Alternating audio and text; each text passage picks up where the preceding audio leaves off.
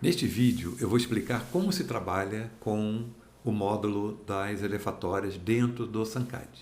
Então, digamos que eu tenha um projeto, já foi calculado naturalmente. Ao final do projeto, eu tenho este último trecho, é o trecho, no caso, 1.6. Ele tem uma vazão máxima prevista de 20,79 litros por segundo. E eu vou então projetar no final desta bacia esta estação elevatória que vai recalcar esses 20 e poucos litros por segundo de vazão máxima para um ponto de lançamento. O módulo das elevatórias ele é chamado através deste ícone da barra de ferramenta ou através do menu superior elevatórias dimensionamento. Nessas rotinas auxiliares e tabela de custos, eu entro com dados diversos, por exemplo, a tabela de diâmetros da linha de recalque, a tabela de potências nominais dos motores, a tabela de custo de energia elétrica, taxa de retorno de investimento, porque tem uma análise financeira envolvida para eu chegar no diâmetro mais econômico, né? E eu vou ter que contemplar custo de implantação que é imediato com as opções de custo de operação que se dão ao longo da vida útil do projeto, normalmente em torno de 20 anos, né?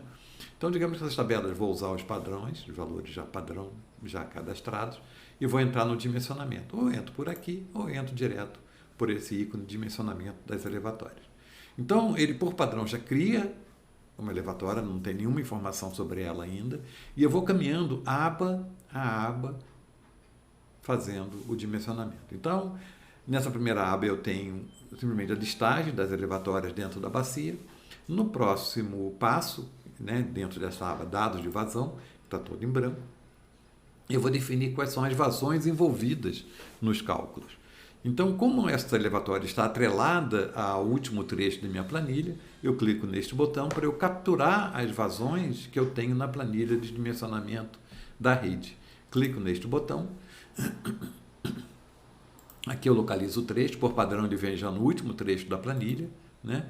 E eu simplesmente clico, busca vazões, clico neste botão, confirma a captura. Então, com isso, aqueles 20,79, vazão máximo em fim de plano, vazão máximo em início de plano, vazão média, vazão mínima, enfim, todos aqueles dados são capturados e eu clico no botão OK e confirmo. Então, eles são introduzidos automaticamente nesta tela, né? Em função dessa vazão máxima de quase 21, eu defino uma vazão de recalque de referência que eu desejo.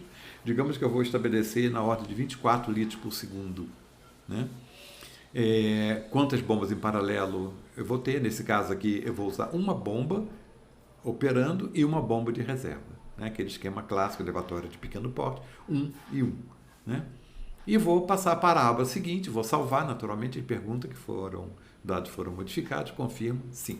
Na aba seguinte, eu vou então fazer o dimensionamento do poço úmido, né? Que existem critérios como tempo de detenção máxima, número de partidas por hora e assim por diante. Então, eu vou clicar neste botão, ele vai abrir uma subtela.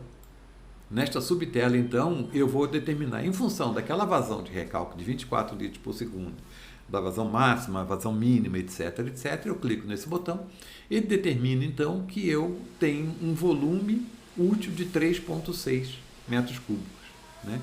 Esse é o volume que atende, então, aquela envoltória de situações, de vazões máximas, vazões mínimas, tempo de detenção, partidas por hora, etc. Por padrão, ele define para mim uma altura útil de 1 metro. Eu posso modificar esse valor. Esse 1 metro, então, é a diferença de nível entre o mínimo de desligamento e o máximo de partida da bomba, né? Então, a bomba trabalha nesses dois limites aqui. Então, à medida que vai chegando o esgoto bruto na elevatória, esse nível vai enchendo, chegou nesse nível máximo, a bomba parte e ela então vai propiciando abaixamento até a vazão mínima, onde há o desligamento automático, né? Esse volume compreendido entre esses dois níveis se chama volume útil. E este volume, que está marcado em azul claro aqui, que vai entre o NA médio e o fundo do poço, se chama volume efetivo, né? O volume efetivo, então, ele é utilizado para cálculo de tempo de detenção máxima e o volume útil, entre esses dois intervalos, para a determinação do número de partidas por hora na vazão máxima. Então, ele, por padrão, já define uma altura útil de 1 metro, logo, 3,6 metros cúbicos dividido por 1 metro vai dar uma projeção, uma área em projeção horizontal de 3,6 metros quadrados. Aí eu vou definir que eu quero uma elevatória circular ou retangular. Posso optar pela retangular mesmo. Ele pede, então, os dois valores, lado 1 e lado 2 em planta. Digamos que eu vou definir um lado de 2 metros, automaticamente ele gera o outro lado como 1,8, para que eu tenha essa projeção de 3,6 metros quadrados que está definido aqui. Né? E depois ele pede qual a altura do NA até o fundo, do NA médio até o fundo, para cálculo do volume efetivo. Vamos supor que seja 1 metro. Eu tenho que ter compromissos aqui com relação à submergência mínima, né?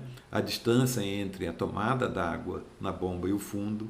Então, digamos que seja 1 metro, logo resulta o volume efetivo também de 3,6. Então, com isto, eu dando o clique no botão OK, eu confirmo todos esses cálculos. Confirma cálculos, confirmo. Então, os dados vêm todos para cá. Com isso, a rotina já calcula para mim qual é o tempo de detenção máximo. Existe uma determinação de norma que ele seja de 30 minutos no máximo, tá? Para evitar a condição anaeróbia dentro do poço de sucção. Deu 19 minutos, está dentro do limite. Né? E o número de partidas por hora também está definido como 4 partidas por hora, calculado. Né? Está dentro do limite de 6 partidas por hora, mais ou menos. Né? O ciclo a cada 10 minutos liga e desliga. Tá? Está bem satisfatório. Eu vou seguir então para a aba seguinte. Então, uma vez que está determinado o volume, nessa aba diâmetro de recalque, ele vai fazer todo o cálculo financeiro, né, com projeção do gasto de energia elétrica ao longo de 20 anos, comparar com o custo de implantação, para eu determinar qual é o diâmetro mais econômico. Eu tenho que preencher esses 3 campos aqui. Qual o desnível geométrico? Digamos que eu tenho um desnível, sei lá, vou botar aí 15 metros de desnível geométrico a vencer. Comprimento do recalque, digamos que eu tenha 300 metros de linha de recalque e um comprimento equivalente das perdas de carga localizada, que são as perdas nas conexões. Eu vou estimar na ordem de 10%, então é como se eu tivesse mais 30 metros de comprimento virtual. Então, em cima desses valores aqui, que eu obtenho, né, da planta, enfim, eu clico nesse botão para eu fazer, então, a comparação entre os diversos diâmetros possíveis. Então, ele faz uma primeira aproximação pela fórmula de Bresse, né, do diâmetro econômico, e depois, claro, ele faz um processo de cálculo mais apurado e fazendo, então, aquela comparação de custo de implantação com custo de energia elétrica, trazendo para valor presente. Né? Então, a vazão que eu peço, que eu quero, que eu desejo é em torno de 24 litros por segundo, que a gente já viu. E eu aqui, então, vou clicar nesse botão para ele fazer os cálculos. Confirma cálculos, sim. Então, a primeira aproximação pela fórmula de Bresse dá um diâmetro de 161 milímetros. E em cima desse diâmetro de 161 milímetros, o software ele determina 4 diâmetros possíveis para a linha de recálculo. Diâmetro 100, 150, 200 e 250, com os custos envolvidos. Né? E eu vou estabelecer, então, por exemplo, para esse caso em estudo, o diâmetro de 150. Eu vou colocar 150, vou clicar nesse botão aqui, e ele, então, define então, o diâmetro de 150, ficou definido já o diâmetro de 150, e para aquela condição de recálculo de 24 litros por segundo, eu tenho uma perda de carga estimada de 2 metros. Como eu tinha um desnível geométrico de 15, eu vou ter altura manométrica total de 17. Então, meu ponto de trabalho de referência é 24 litros por segundo e 17 metros de coluna d'água de altura manométrica. Né? Já determinou a potência de 10 CV para os motores e eu vou confirmar, confirmo. Então, a elevatória está totalmente definida. Eu já tenho vazão de 24 litros por segundo, altura manométrica de 17 MCA, 2 motores, né, 2 conjuntos motobomba, um em operação, outro de recálculo de 10 CV cada um, que está aqui.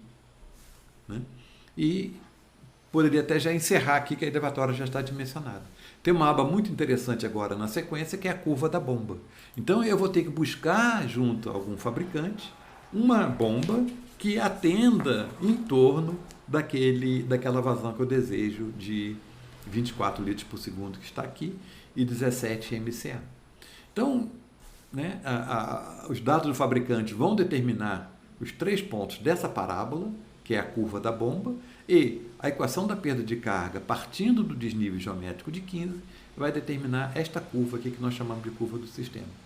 Esse ponto de trabalho tem que estar em torno de 24 litros por segundo que eu desejo, né? Então eu vou buscar nos fabricantes uma curva que atenda então àquela condição.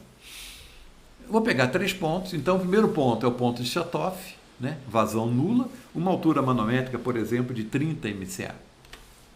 Um ponto intermediário que está aqui, por exemplo, uma altura de uma vazão de 20 litros por segundo, com uma altura manométrica na ordem de 25 MCA.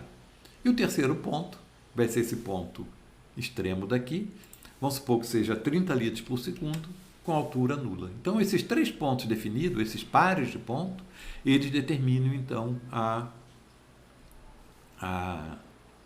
parábola, né, que expressa a curva da bomba. E vou clicar neste botão aqui, ele vai fazer o cálculo todo, automático, claro, né, para determinar este ponto de encontro entre a curva da bomba e a curva do sistema. Vou clicar neste botão, calculo o ponto de trabalho. Cliquei, confirma cálculos, confirma. Então, aquela bomba, naquela condição dessa curva, ela me gera uma perda de carga um pouquinho acima de 2,02, uma vazão de referência de 23,90, está satisfatório, né? Se eu mudasse essa conformação da parábola, eu teria uma vazão um pouco diferente aqui. E depois ele pergunta se eu quero visualizar o gráfico real, que isso aqui é um gráfico genérico, né? Figura de bibliografia, né? E quando eu clico, desejo visualizar o gráfico, sim. Ele está fazendo, então, a construção, aí sim, da parábola real e mostrando o ponto de trabalho. Então, aqui é a parábola que representa a curva da bomba e esta aqui é a equação da perda de carga representando a curva do sistema, né? E mostrando esse ponto de encontro com essa vazão de 23,9 e uma altura manométrica de 17, né? Então, dificilmente eu vou encontrar exatamente aquele valor que eu quero de 24 litros por segundo. Mas isso aqui para mim está satisfatório. 23,9 está bem satisfatório, né? E concluo então essa tela, né? Vou fazer o estudo da cavitação, da questão do NPSH disponível pela minha instalação e comparar então com aquela curva daquela bomba selecionada, qual é o NPSH requerido para aquela condição de trabalho, tá? Lembrando sempre que o NPSH disponível ele tem que ser necessariamente maior do que o requerido pela bomba, para eu ter uma garantia em relação a problemas com cavitação, né? Então, como esta avaliação do NPSH disponível depende desses 2 fatores, mais os dados geométricos, né? Altura de sucção, perda de carga de sucção. Então ele pergunta qual é a altitude do local para eu ter a pressão atmosférica e a temperatura média para eu calcular a pressão de vapor. Esses 2 elementos são fatores da fórmula do NPSH disponível. Então digamos que essa instalação minha, ela está numa região que esteja, por exemplo, a 600 metros acima do nível do mar. Com uma temperatura média, sei lá, de 25 graus Celsius. Coloquei esses 2 parâmetros, ele vai calcular para mim, então, nesse campo aqui, confirma cálculo, sim, o NPSH disponível de 70,73 MCA. Então, eu vou comparar naquela curva anterior do fabricante, qual é o NPSH requerido, então, para aquela condição de bombeamento. E ela tem que ser, o NPSH requerido pela bomba, tem que ser inferior a esse valor de 10,73 metros de coluna d'água, tá? E finalizo então os cálculos fazendo então a avaliação do golpe de Ariete, tá? Pela minha tabela de diâmetro, 150 é o tubo de Fofô, ele tem uma espessura de parede de 6,8 milímetros, né? Isso é dado tabelado, e o material de Fofô também tem um dado tabelado que é o seu coeficiente de elasticidade K, né? Eu preciso desse valor para eu calcular a celeridade, que é a velocidade da onda na tubulação, e com isso então eu fazer o cálculo da sobrepressão. Então eu vou clicar nesse botãozinho aqui, confirma cálculos, confirma. Os cálculos foram efetuados. Então a velocidade da onda é 441 metros por segundo para aquela vazão na hora da interrupção de energia elétrica, da parada brusca do equipamento de recalque, e considerando a velocidade de escoamento, o diâmetro, o material, o modo de elasticidade, etc. Né? Então eu tenho uma celeridade de 441 metros por segundo, uma sobrepressão, então a sobrepressão máxima de 60 MCA, somando a altura manométrica, que era na ordem de 17, que eu tinha já calculado antes, ele calcula uma pressão máxima na linha de 77 metros de coluna d'água. Né? Então está perfeitamente dentro dos limites do DFOFO, né? Previsto então para aquela linha. Né? E com isso o cálculo fica todo concluído. Né? Para eu finalizar de tudo, eu volto aqui para a listagem. A elevatória está toda definida, toda dimensionada, e eu vou simplesmente clicar agora nesse botão aqui para eu gerar um relatório em PDF do dimensionamento, um resumo do dimensionamento. Então essa elevatória ela é apresentada aqui, diminuir o zoom, então é uma folha que tem todo o resumo dos cálculos que nós fizemos, separado mais ou menos conforme aquelas abas. Então todos os dados de vazão, os dados de dimensionamento do poço úmido, o dimensionamento da linha de recalque e